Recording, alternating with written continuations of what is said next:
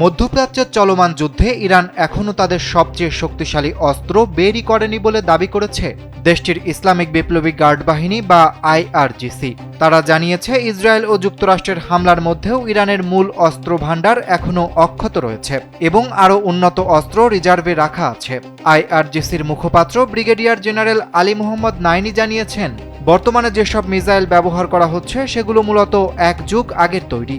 গেল এক বছরের কম সময়ের মধ্যে যেসব নতুন ও আধুনিক মিসাইল উৎপাদন করা হয়েছে সেগুলো এখনও যুদ্ধক্ষেত্রে ব্যবহার করা হয়নি। ওয়ালটন ফ্যানের অ্যারোডাইনামিক ব্লেড ঘরের কোনায় কোনায় ঠান্ডা বাতাস ছড়িয়ে হাওয়া বদলে নেয়।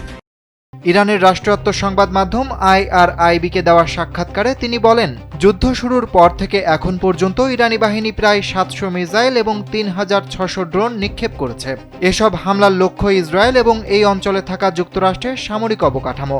নাইনি আরও দাবি করেন, গেল বছরের জুনে ইসরায়েলের সঙ্গে 12 দিনের যুদ্ধের পর ইরান তাদের আক্রমণাত্মক সক্ষমতা আরও বাড়িয়েছে।